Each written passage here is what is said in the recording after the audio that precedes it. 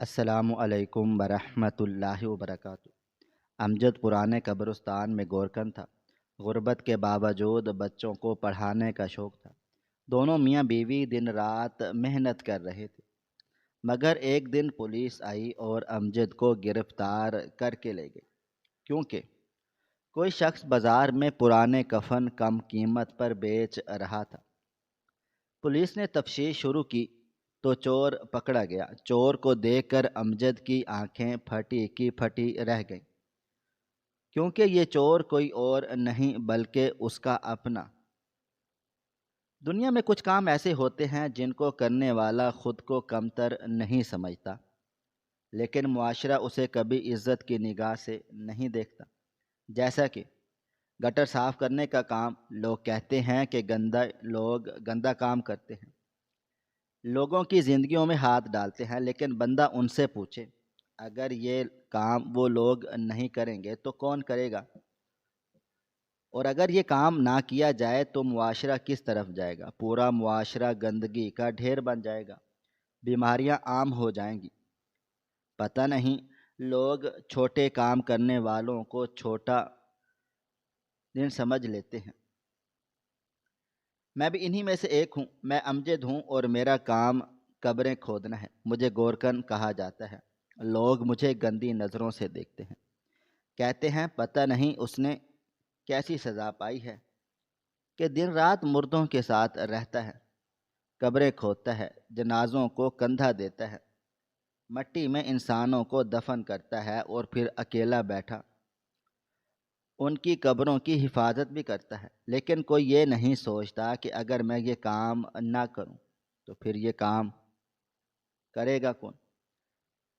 جب کسی کے پیارے کا انتقال ہوتا ہے تو سب سے پہلے گورکن کو ہی تلاش کیا جاتا ہے، لیکن جیسے ہی میت دفنا دی جاتی ہے، وہی لوگ جو گڑ گڑا کر التجا کر رہے ہوتے ہیں، وہی لوگ بعد میں باتیں بناتے ہیں۔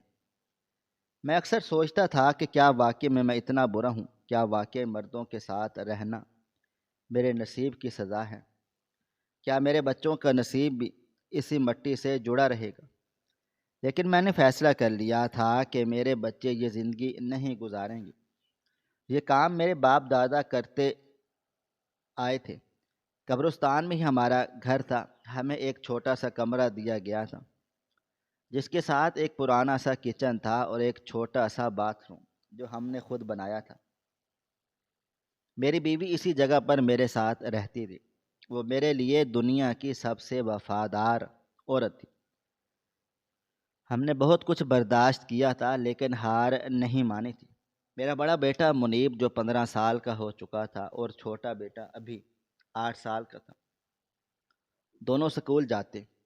ان کی کتابوں، ان کے یونیفارم، ان کی فیسوں کا انتظام میرے لیے بہت مشکل تھا، لیکن میں نے کبھی انہیں پڑھائی سے روکا نہیں تھا۔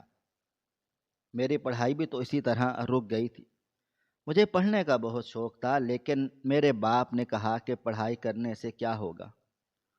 جو کام باپ دادا کا ہے وہ سنبھال، چند پیسے ہاتھ آ جائیں گے اور رہنے کے لیے مفت میں جگہ بھی ملتی ہے۔ لیکن قبرستان کے اندر کون رہنا چاہتا ہے؟ پہلے تو مجھے کہیں سے رشتہ بھی نہیں مل رہا تھا، لیکن میری شکل و صورت اتنی بری بھی نہیں تھی، تو میں نے اپنی بیوی شاہدہ کو پسند کیا اور وہ بیچاری محبت کے پیچھے یہاں تک چلی آئی۔ محبت کے بغیر شاید مجھے کوئی لڑکی ملے۔ یہ کون سی لڑکی ہوتی ہے جو قبرستان میں رہنے کے لیے راضی ہوتی؟ لوگوں کو تو ڈر لگتا ہے، لیکن وہ کہتی تھی کہ میرا سب سے بڑا ڈر مجھے اس بات سے لگتا ہے کہ ہم لوگ ناکام ہو جائیں اور ہمارے بچے بھی پوری زندگی گزار دینے پر مجبور ہو جائیں گے۔ سب سے بڑا بھوت غربت کا ہوتا ہے، جو آسانی سے جان نہیں چھوڑتا، سر پہ سوار ہو جاتا ہے اور دن رات چین نہیں لینے دیتا۔ قبریں کھودنے کے بعد جب رات کو تھکا ہارا واپس آتا تھا تو منیب میرے پاس بیٹھ کر کہتا، ابا میں نے آج سائنس میں پہلا نمبر لیا ہے، تو میرا دل خوشی سے بھر جاتا تھا۔ میری بیوی شام کو سلائی کر کے کچھ پیسے کماتی تھی، وہی پیسے ہم بچوں کی تعلیم پر لگاتے تھے۔ میں خود کے پیسوں سے کھانے پینے کا انتظام سنبھال لیتا تھا۔ ہم دونوں کی محبت، محنت دن رات جاری تھی۔ یہ ایک آس امید تھی جو ہمیں زندہ رکھتی تھی کہ ہمارے بچے اس زندگی سے آزاد ہوں گے۔ لیکن اس زندگی میں آسانی نہیں تھی۔ رشتہ داروں نے آنا جانا چھوڑ دیا تھا۔ کسی خوشی کسی غمی میں ہمیں یاد نہیں کیا جاتا تھا۔ محلے کے لوگ ہمیں گھٹیا سمجھتے تھے اور ہمارے بچوں کے ساتھ بھی اچھا سلوک نہیں کرتے تھے۔ مجھے اکثر دکھ ہوتا تھا جب لوگ میرے بچوں کو کہتے تھے یہ تو گورکن کے بچے ہیں، لیکن میں پھر بھی خاموش رہتا تھا کیونکہ مجھے پتہ تھا یہ سب برداشت کرنا ہوگا تاکہ میرے بچوں کی زندگیوں میں کبھی بھی یہ تلخ الفاظ نہ آئیں۔ قبرستان کی دیواروں کے اندر میرا گھر تھا، لیکن میرے خواب بہت بلند تھے۔ میں نہیں چاہتا تھا میرا بیٹا مٹی میں دفن ہو جانے والوں کے درمیان اپنی زندگی گزارے۔ میں نہیں چاہتا تھا کہ میرے بیٹے کے ہاتھوں میں پھاوڑا ہو۔ میں چاہتا تھا کہ قلم ہو، کتاب ہو۔ میں چاہتا تھا کہ جب وہ اسکول سے واپس آئے تو اس کے ہاتھ میں انعامی سرٹیفکیٹ ہو، کوئی لاش نہ ہو، کوئی جنازہ نہ ہو۔ میں نے یہ فیصلہ دل سے کیا تھا کہ اگر مجھے دن رات قبریں بھی کھودنی پڑیں تو بھی میں اپنے بچوں کو اس کام سے دور رکھوں گا۔ یہی میری زندگی کا مقصد بن گیا تھا۔ میری بیوی جب کبھی تھک ہار جاتی تو میں اسے حوصلہ دیتا تھا کہ صرف چند سال اور ہیں، پھر ہم کامیاب ہو جائیں گے۔ اور جب میں کبھی ہارنے لگتا تو وہ مجھے کہتی تھی کہ ہمارے بچے ہمارے خوابوں کو پورا کریں گے۔ ہم نے اگر برداشت کیا ہے تو اس کا صلہ ضرور ملے گا۔ ہم دونوں کے درمیان، دونوں کے دلوں میں ایک ہی دعا تھی کہ ہمارے بچے وہ دن کبھی بھی نہ دیکھیں جو ہم نے دیکھے ہوئے ہیں۔ یہی آس امید ہمیں زندہ رکھتی تھی۔ یہی جذبہ ہمیں آگے بڑھنے پر مجبور کرتا تھا۔ یہی احساس ہمیں معاشرے کی باتوں کو برداشت کرنے کی طاقت دیتا ہے۔ میرے بچے بھی بہت اچھے تھے، میرے وہ خوابوں کا سہارا تھے جن کے بل پر میں زندگی کی تلخیوں کو برداشت کرتا تھا۔ جب بچے سکول جاتے تو میں ان کے چھوٹے چھوٹے دلوں میں بڑی بڑی خواہشیں جنم لیتی۔ ان کے پاس چیزیں ہوں جیسے کہ دوسرے بچوں کے پاس ہوتی ہیں، جیسے خوبصورت میٹیریل باکس، رنگ برنگی پانی کی بوتلیں، ہر سال نیا بیگ، ہر روز نئی پینسل، نئی ربڑ۔ لیکن میرے بچے ان خواہشوں کو اپنے دل میں دبا لیتے تھے، کبھی زبان پر شکایت نہیں لاتے تھے، اور جب کبھی دل بھر بھی جاتا تھا تو چپکے سے ایک دوسرے سے بات کرتے تھے، لیکن میرے سامنے خاموشی سے بیٹھ جاتے تھے۔ میرے بڑے بیٹے منیب نے کئی بار کہا تھا کہ ابا آپ فکر نہ کریں، اگر کسی دن میرے پاس کوئی چیز نہ بھی ہو تو میں خود لے لوں گا۔ میں اس سے پوچھتا تھا کہ کیسے لے لے گا، کیا کام کرتا ہے، تو وہ کہتا تھا کہ سکول کے بچوں سے ان کی کتابیں کاپیاں لے لیتا ہوں اور فوٹو کاپی کروا کر دکان والے سے کچھ پیسے لے لیتا ہوں۔ اس بات کو سن کر مجھے تھوڑا سا سکون ملتا تھا کہ چلو یہ کام برا تو نہیں ہے، لیکن کبھی جا کر اس بات کی تصدیق نہ کی کہ واقعی وہ ایسا ہی کام کرتا ہے یا صرف مجھے تسلی دیتا ہے۔ ہماری زندگی بہت مشکل تھی، ہر ایک طرف قبریں کھودنی پڑتی تھی، مردوں کو دفنانا پڑتا تھا، لوگوں کے آنسو دیکھ کر اپنا دل سنبھالنا پڑتا تھا، اور دوسری طرف اپنے جیتے جاگتے بچوں کے خواب بھی سنوارنے تھے۔ مجھے خود بھی یہ کام کبھی کبھی بے حد بوجھ لگتا تھا۔ کبھی کوئی ماں دفنائی جاتی، کبھی دو بچوں کی ماں، کبھی کسی کا بھائی ہوتا، کبھی کسی کا شوہر، کسی کا باپ، کسی کی بہن۔ لوگ روتے تھے، آہیں بھرتے تھے، قبروں پر کریا زاری کرتے تھے، اور میں خاموشی سے انہیں دیکھتا تھا۔ میرے ہاتھ مسلسل مٹی میں مصروف ہوتے تھے، لیکن دل ٹکڑے ٹکڑے ہو جاتا تھا، اور ایسا لگتا تھا کہ ہر نئی قبر کے ساتھ میری روح کا ایک حصہ مر گیا ہے۔ میں کبھی کبھی خود سے سوال کرتا تھا کہ میں یہ سب کیسے جھیل لیتا ہوں۔ لیکن پھر وہ لمحے سامنے آ جاتے جب منیر میرے پاس آ کر کہتا، ابا آج ماسٹر صاحب نے کہا ہے کہ میں کلاس کا سب سے سمجھدار لڑکا ہوں۔ تب میرا دل خوشی خوشی سے بھر جاتا تھا۔ کبھی وہ کہتا کہ مجھے اگلے ہفتے اسکول کی طرف سے انعام ملنے والے ہیں تو میرا تھکا ہوا بدن بھی تازہ دم ہو جاتا تھا۔ میری بیوی بھی سلائی کر کے بچوں کی پڑھائی کا خرچ اٹھاتی تھی۔ ہماری زندگی میں آسائشیں نہیں تھی، لیکن خواب تھے، امید تھی، جذبہ تھا۔ ایسے ہی ایک دن میں اپنے کام میں مصروف تھا، میرے ہاتھوں میں پھاوڑا تھا اور مٹی کی بو میرے جسم میں رچی بسی تھی۔ میں ایک نئی قبر کے لیے زمین کھود رہا تھا کہ اچانک پولیس والے قبرستان میں داخل ہوئے۔ ان کے چہروں پر سختی تھی اور بات چیت کا انداز ایسا تھا جیسے کسی مجرم کی تلاش میں ہوں۔ انہوں نے مجھ سے پوچھا، کیا تم ہی اس قبرستان کے گورکن ہو؟ میں نے کہا، جی میں ہی امجد ہوں۔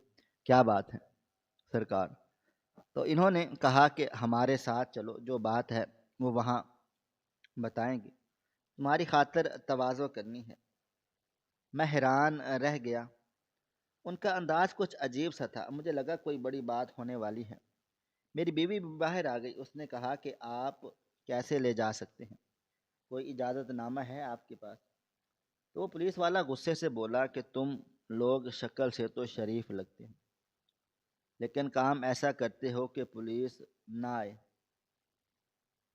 تو کیا مطلب؟ پھر کیا ہوا ایسے لوگوں کے گھروں میں تو پولیس ہی آئے گی؟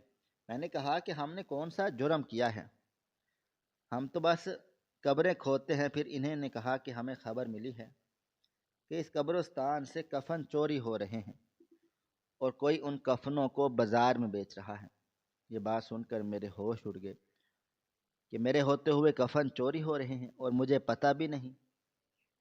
میں نے دل ہی دل میں دعا کی کہ یا اللہ یہ جھوٹ ہو، اگر کیونکہ یہ سچ ہے تو یہ الزام سیدھا مجھ پر ہی آئے گا۔ میں نے اپنی بیوی کی طرف دیکھا اور اسے کہا کہ میں نے ایسا کچھ بھی نہیں کیا، تم فکر نہ کرو، جب میں نے کچھ کیا ہی نہیں تو مجھے ڈرنے کی کیا ضرورت۔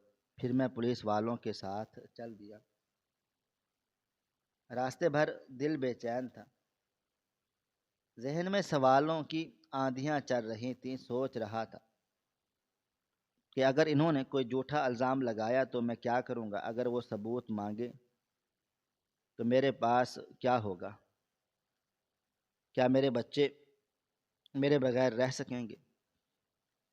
کیا میری بیوی یہ صدمہ سہ پائے گی؟ میں نے اپنے دل کو سمجھایا کہ جو ہوتا ہے وہ سچ ہوتا ہے، دیر سے صحیح لیکن سامنے آ جاتا ہے۔ مجھے اللہ پر یقین تھا اور اپنے کام پر فخر تھا کہ میں نے کبھی کسی کا مال نہیں چرایا، کبھی کسی کے کفن کو ہاتھ نہیں لگایا۔ میرا کام صرف اتنا تھا کہ میں قبریں کھودتا تھا، لوگوں کی آخری رسومات میں مدد دیتا اور چپ چاپ واپس آ جاتا تھا۔ اگر میرے ساتھ زیادتی ہوئی تو میں اللہ سے فریاد کروں گا۔ میں جانتا تھا کہ سچائی اگرچہ ننگی ہوتی ہے لیکن وقت کے ساتھ ساتھ وہ سب کچھ ڈھانپ لیتی ہے۔ یہ لمحے میرے لیے اذیت ناک تھے لیکن میں نے ہمت نہیں ہاری۔ میں خاموشی سے ان کے ساتھ گیا کیونکہ دل میں یقین تھا اگر میں بے گناہ ہوں تو اللہ مجھے بچا لے گا، اگر میرا دامن صاف ہے تو کوئی مجھ پر دھبا نہیں لگا سکتا۔ یہی سوچتا رہا راستے بھر اور دل میں دعائیں کرتا رہا۔ جب میں پولیس اسٹیشن پہنچا تو اندازہ ہو گیا کہ وہ لوگ پہلے ہی بہت کچھ طے کر کے بیٹھے ہوئے تھے۔ مجھے سامنے بٹھا کر انہوں نے بات شروع کی اور کہا، دیکھو امجد، تمہاری جگہ تو ہم نے نشان زد کر لی ہے۔ تمہارے علاقے میں ایک کپڑے کی دکان پر پرانے کفن بیچے جا رہے تھے، ہم نے دکاندار کو پکڑ لیا ہے۔ اس نے بتایا ہے کہ یہ کفن اسی طرف سے آتے ہیں جہاں تم رہتے ہو۔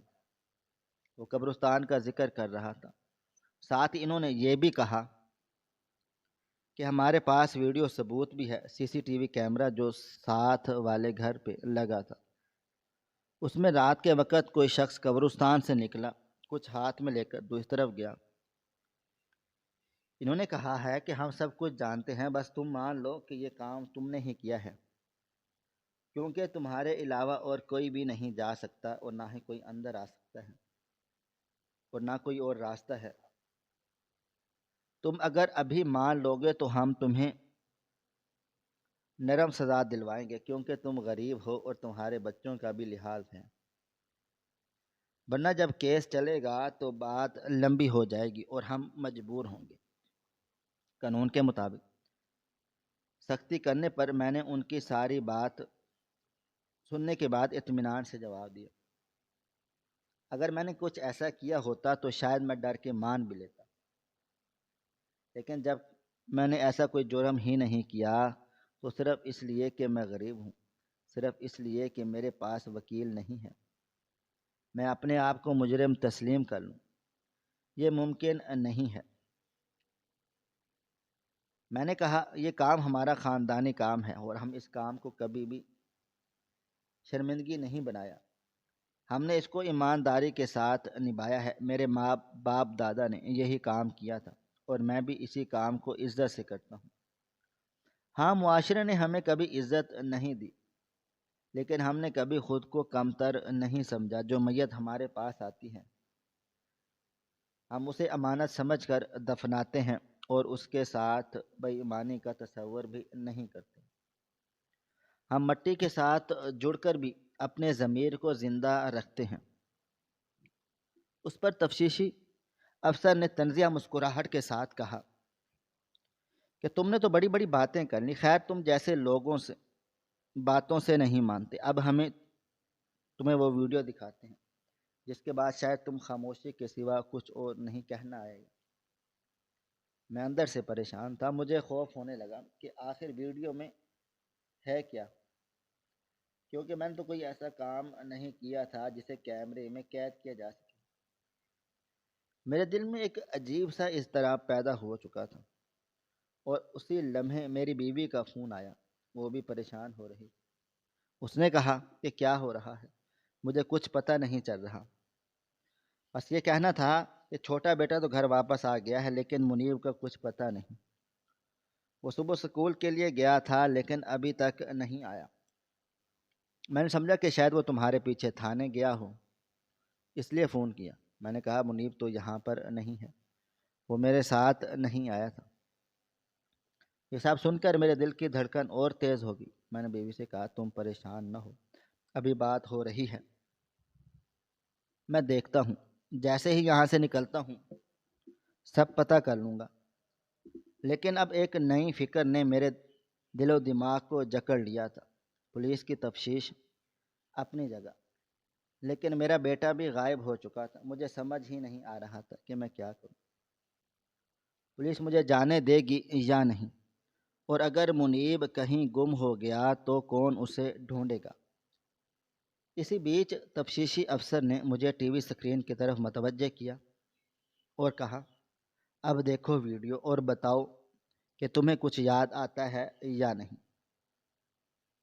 ویڈیو جیسے ہی چلائی گئی میری آنکھوں کھلے کی کھلی رہ گئی، میرے قدموں تلے سے زمین نکل گئی، میری سانس رکنے لگی، کیونکہ جو کچھ میں ویڈیو میں دکھایا جا رہا تھا وہ میرے تصور سے بھی باہر تھا۔ ویڈیو میں جو منظر دکھایا گیا وہ میری روح کو چیر دینے والا تھا۔ اسکرین پر صاف دکھائی دے رہا تھا کہ کسی نے ہمارے گھر سے نکل کر تازہ قبر کی طرف رخ کیا، زمین پر جھکا اور قبر کھودنے لگا۔ چند لمحوں بعد اس نے کفن نکالا اور پھر واپس اسی طرف چلا گیا جہاں ہمارا کمرہ تھا۔ رات کی ویڈیو تھی اس لیے چہرہ واضح نہیں تھا، لیکن لباس اور قدامت سے اندازہ ہو رہا تھا کہ یہ شخص نہ تو چھوٹا بچہ تھا اور نہ ہی کوئی اجنبی۔ پولیس والوں نے مجھ سے پوچھا کہ تمہارے گھر میں کوئی مہمان آیا ہوا ہے جسے تم نہیں جانتے؟ میں نے فوراً سے جواب دیا تھا کہ نہیں، ہمارا تو کوئی ایسا مہمان نہیں آیا ہے۔ انہوں نے پوچھا کہ تمہارے گھر میں کون کون ہے؟ میں نے بتایا کہ میں ہوں، میری بیوی ہے، میرا بڑا بیٹا منیب ہے اور ایک چھوٹا بیٹا ہے جو ابھی 8 سال کا ہے۔ وہ آدمی جو ویڈیو میں نظر آ رہا تھا اس کی جسامت اور چال سے اندازہ ہو رہا تھا کہ وہ نہ تو میں تھا اور نہ ہی میرا چھوٹا بیٹا۔ اب صرف ایک ہی بچتا تھا، منیب۔ پولیس نے کہا کہ اپنے بیٹے کو بلاؤ۔ میں نے بے بسی سے کہا وہ تو صبح سے غائب ہیں۔ میں نے سمجھا تھا کہ وہ شاید تھانے آ گیا ہو، لیکن وہ یہاں پر بھی نہیں ہے۔ یہ سنتے ہی میرے دل میں ایک ہول سا اٹھا اور میں ساری بات سمجھ گیا۔ منیب گھر سے اس لیے غائب ہے کیونکہ اس نے پولیس کی گاڑی آتی یا جاتی دیکھ لی ہوگی۔ اسے پتہ چل گیا ہوگا کہ معاملہ سنگین ہے اور وہ اس سے بچنے کے لیے کسی جگہ چھپ گیا ہے۔ میں نے بی بی کو فون کیا اور پوچھا کہ منیب آ گیا کیا؟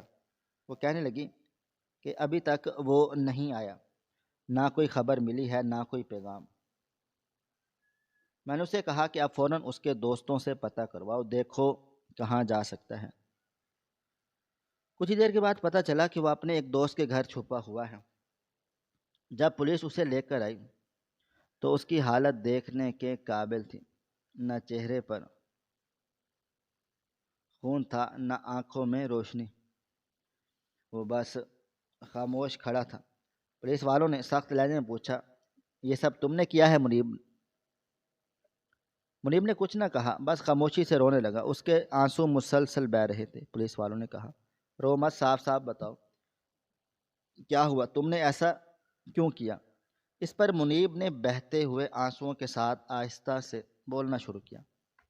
اس نے کہا کہ ہم غریب ہیں، سب لوگ ہمارے بارے میں باتیں کرتے ہیں، کہتے ہیں یہ گورکن کا بیٹا ہے، اس کے باپ کا کام مردے دفنانا ہے، اس کی ماں باپ ساری زندگی لوگوں کے لیے جیتے ہیں، خود کے لیے کچھ بھی نہیں کرتے۔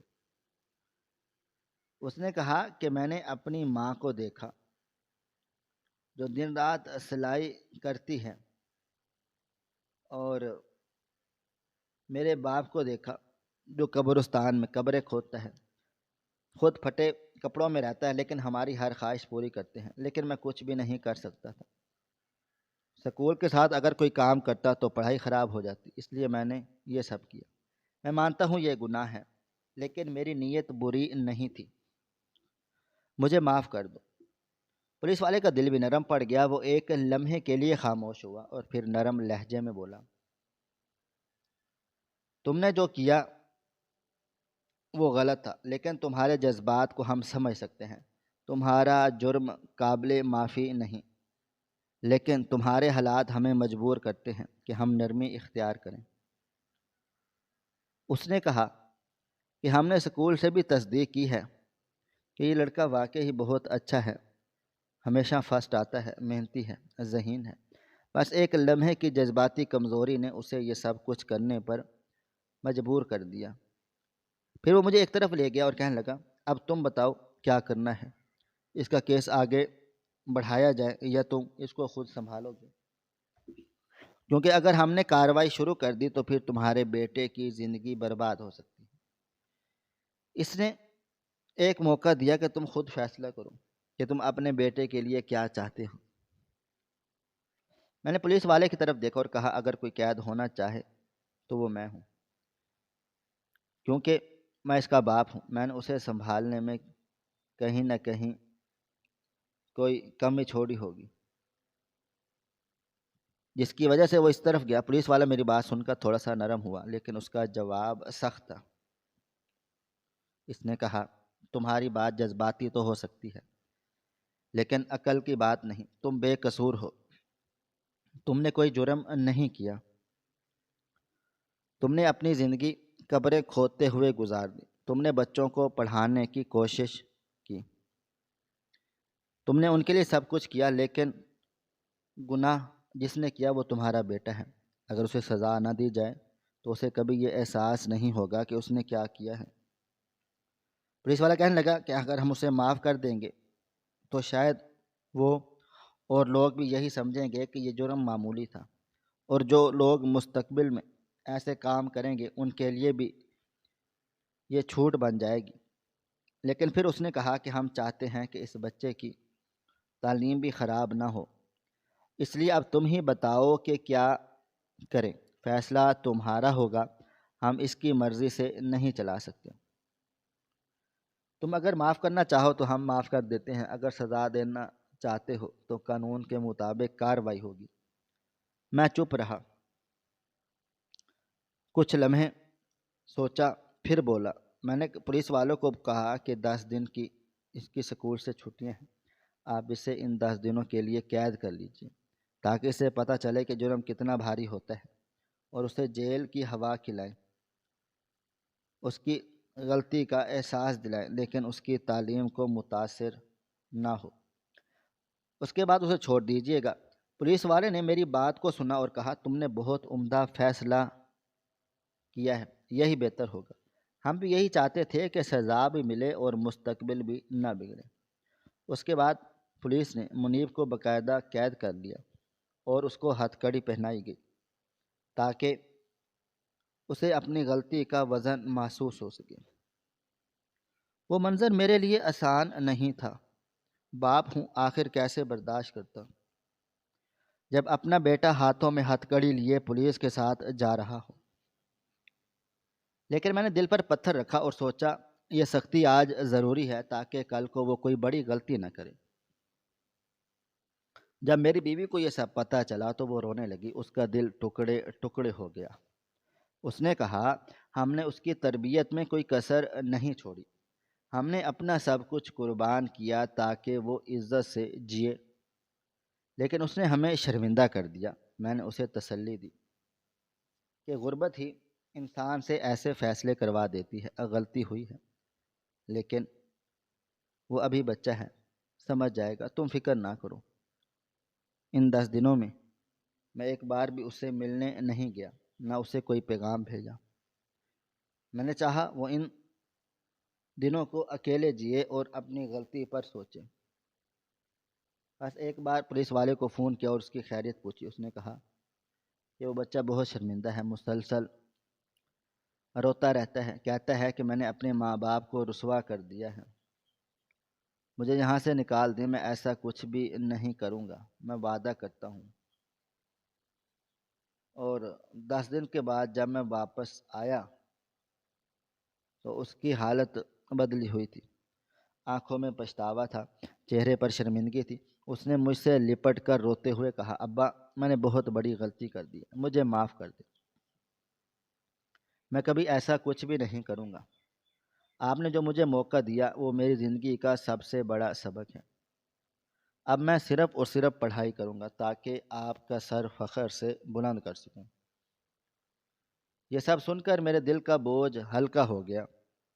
میں نے اسے سینے سے لگا لیا اور کہا، بیٹا غلطی انسان سے ہی ہو جاتی ہے، لیکن جو غلطی مان لیتا ہے اور اسے سیکھتا ہے وہی کامیاب ہوتا ہے۔ اب تمہیں بس ایک ہی کام کرنا ہے کہ دل لگا کر پڑھائی کرو اور زندگی میں کچھ بن کر دکھاؤ تاکہ لوگ تمہیں گورکن کا بیٹا کہہ کر نہ پکاریں بلکہ تمہارا نام لے کر تمہارے والد کو سلام کریں۔ میں نے سوچا تھا کہ 10 دن کی قید کے بعد میرا بیٹا اپنی کتابوں کی طرف جانا مکمل توجہ دے گا، اور ایسا ہی ہوا۔ اس نے سابقہ غم کی راکھ سے ایسی چنگاری نکالی جو اسے علم کی آگ میں بدل کے جب اسکول کا آخری امتحان ہوا تو اس نے ہر پرچے میں اللہ کے فضل و کرم سے شاندار نمبر حاصل کیے۔ نتیجے والے دن میں قبرستان کی پرانی دیوار کے سائے میں بیٹھا رب سے مناجات کر رہا تھا کہ اللہ میرے بیٹے کو وہ زندگی عطا فرما جس کا خواب میں نے غربت کی دھوپ میں دیکھا تھا۔ اچانک ہی اسکول کا استاد دور سے بھاگتا ہوا آیا۔ اس نے بتایا کہ منیب پوری جماعت میں اول آیا ہے۔ میں نے اسی لمحے سجدہ شکر ادا کیا اور میرا دل مطمئن ہو گیا۔ جب منیب کو اسکالرشپ ملا تو کالج کی 4 برس کی محنت بھی اس نے اسی لگن سے مکمل کی۔ ہر سیمسٹر میں وہ تمام ہم جماعتوں سے بہتر کارکردگی دکھاتا رہا اور ہمیں 1 روپیہ بھی فیس نہ دینا پڑے۔ گھر کے حالات بھی اب آسان نہ تھے، مگر مجھے یقین ہونے لگا تھا کہ آزمائش کا دور ختم ہونے کے قریب ہے۔ جب منیب نے مقابلے کے لیے امتحان کی تیاری کا فیصلہ کیا تو میرے دل میں ڈر تھا کیونکہ یہ راستہ بہت مشکل تھا اور کامیاب ہونے کا امکان کم تھا۔ میں نے پھر بھی اسے اجازت دے دی، کیونکہ جس نے ایک بار کمال کر دکھایا ہو اس کے لیے کوئی منزل ناممکن نہیں رہتی۔ اس نے دن رات پڑھائی کی، صبح سویرے اٹھتا، قرآن پاک کی تلاوت کرتا، پھر کتابوں میں کھو جاتا۔ امتحان کا دن آیا، میں نے سارا دن نوافل ادا کرتے ہوئے گزارا۔ جب نتیجہ جاری ہوا تو محلے کے ایک لڑکے نے آ کر بتایا، منیب نہ صرف پاس ہوا ہے بلکہ پورے صوبے میں پہلی پوزیشن حاصل کی ہے۔ میرے کانوں نے یہ خبر سنی تو میں بے اختیار آسمان کی طرف نظر اٹھائی اور آنسو ٹپک پڑے۔ چند ہفتوں میں باقاعدہ تقرری کا نوٹیفیکیشن آ گیا اور میرے بیٹے کو اسی ضلع کا DPO مقرر کر دیا گیا۔ یہ وہی تھانہ تھا جہاں اس نے 10 راتیں گزاری تھیں۔ جس سیل میں وہ ندامت کے آنسو بہاتا تھا، اب اس کے حکم سے صاف کرایا گیا اور اسے ریکارڈ روم بنوا دیا گیا۔ انہیں دیواروں نے اب اس کی خوشبو کو محسوس کیا۔ تقرری کے بعد پہلی صبح جب سرکاری گاڑی ہمارے قبرستان کے قریب رکی تو میں پاؤں میں لرزش محسوس کر رہا تھا۔ گاڑی کا دروازہ کھلا اور میرا بیٹا آفیسر کی وردی میں باہر نکلا۔ پولیس کے وہی افسر جو کبھی اسے ملزم سمجھتے تھے اب لائن میں کھڑے ہو کر سلامی دے رہے تھے۔ مجھے یوں لگا جیسے سورج مغرب سے طلوع ہو گیا۔ انہوں نے میرے پاس آ کر عاجزی سے کہا، چچا جی، اب آپ کو مٹی میں کام کرنے کی ضرورت نہیں رہی۔ میں نے بیٹے کی آنکھوں میں دیکھا تو وہ فخر سے زیادہ عاجزی تھی۔ اس نے میرے ہاتھ چوم لیے اور مجھے گاڑی میں بٹھا دیا۔ ہم نے قبرستان کا چھوٹا سا کمرہ خالی کیا اور سرکاری کوارٹر میں منتقل ہو گئے۔ سرکاری کوارٹر جس میں صاف روشنی تھی۔ میری بیوی نے پہلی رات کہا کہ میں نے خواب میں بھی کبھی نہیں سوچا تھا کہ میرے بیٹے کے پاس اپنی گاڑی ہوگی۔ چھوٹا بیٹا اب بھی کالج جا رہا تھا۔ منیب نے اس کے لیے ہر سہولت مہیا کی۔ اس نے کہا، ابا، میں نے اس گھر کے دروازے تمام ضرورت مندوں کے لیے کھول دیے ہیں۔ جو بھی مصیبت میں آتا ہو میرے دفتر آ سکتا ہے۔ میں نے دیکھا کہ وہ رشوت کی ایک پائی بھی نہیں لیتا تھا۔ فائل آتی تو وہ سب سے پہلے سائل کو بیٹھنے کو کہتا اور اسے پانی پیش کرتا۔ لوگ کہتے ہیں کہ یہ افسر حقیقت میں مخلص ہے۔ ایک دن وہی پولیس افسر جس نے میرے بیٹے کو ہتھ کڑی پہنائی تھی ہمارے گھر آیا۔ اس نے منیب کے سر پر ہاتھ رکھا اور کہا، بیٹا، مجھے اپنے پر فخر ہے کہ ہم نے اس وقت سختی کی تھی۔ اس لمحے مجھے محسوس ہوا کہ کبھی کبھی کڑوا گھونٹ ہی زندگی میں میٹھا ذائقہ لاتا ہے۔ منیب نے اس افسر کو احترام دیا اور اسے کہا کہ آج آپ میرے مہمان ہیں۔ اس رات کھانے کی میز پر میں نے سوچا کہ اللہ کی مصلحت عام فہم عقل سے بہت بلند ہے۔ میں نے گورکن کا پیشہ چھوڑ دیا مگر میں قبرستان جانا نہیں چھوڑا۔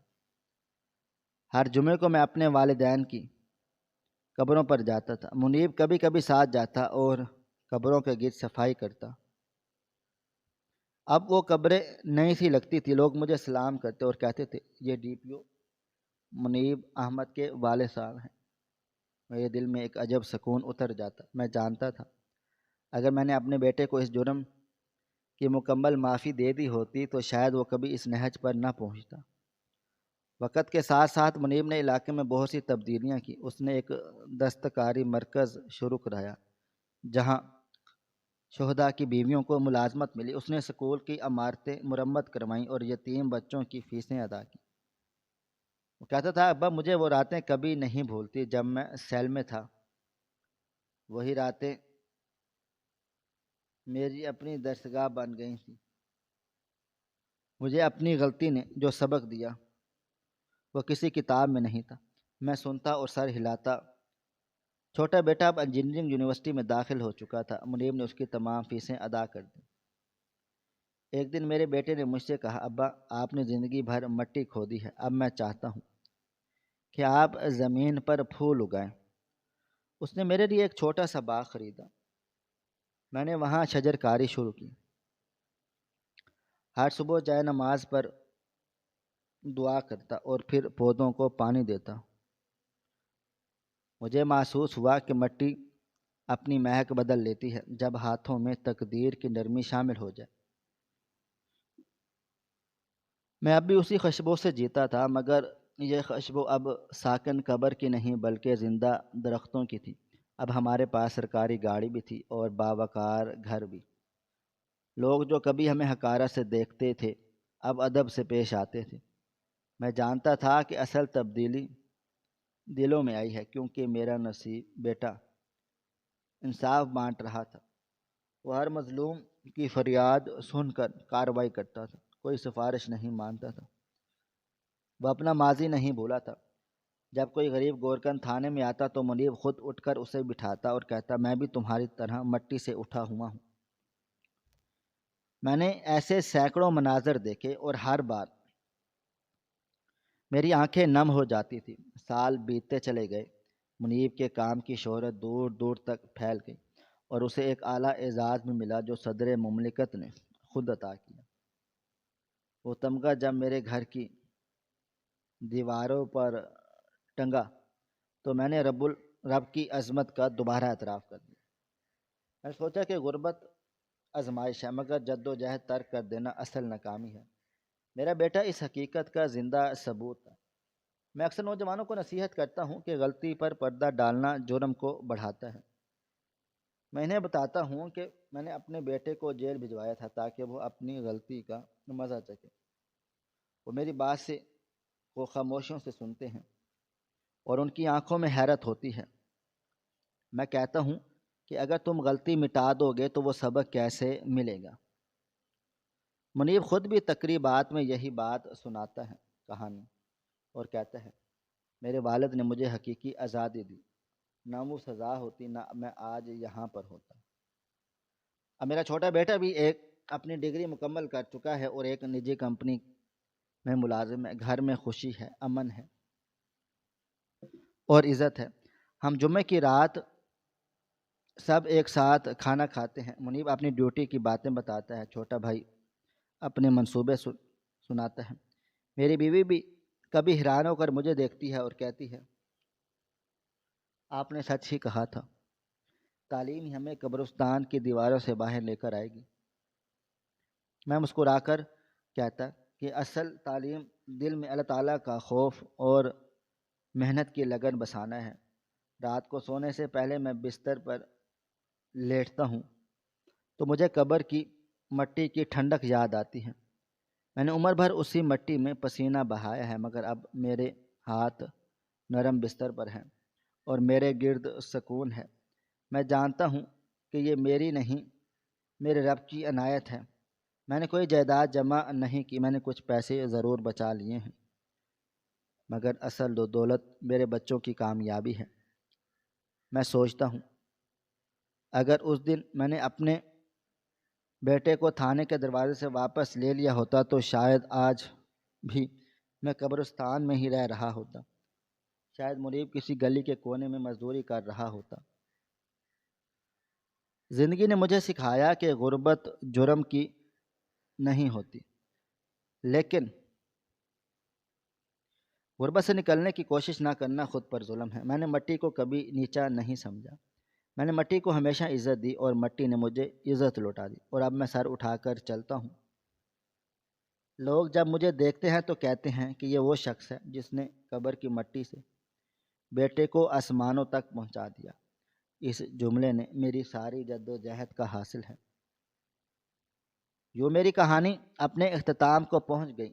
میں نے مسجد کی ایک اذان سنی تو دل نے کہا، زندگی بھی ایک اذان کی طرح ہے، آواز گونجتی ہے پھر خاموش ہو جاتی ہے، مگر جو کوئی ایمان اور محنت کا جواب دیتا ہے وہ ہمیشہ سے زندہ رہتا ہے۔ میں رب الکریم کا شکریہ ادا کرتا ہوں، شکر بھی کہ اس وقت مجھے وہ وقت دکھایا جب میرا بیٹا اپنی قوم کا خادم بن کر کھڑا ہوا اور میرا سر فخر سے بلند ہوا۔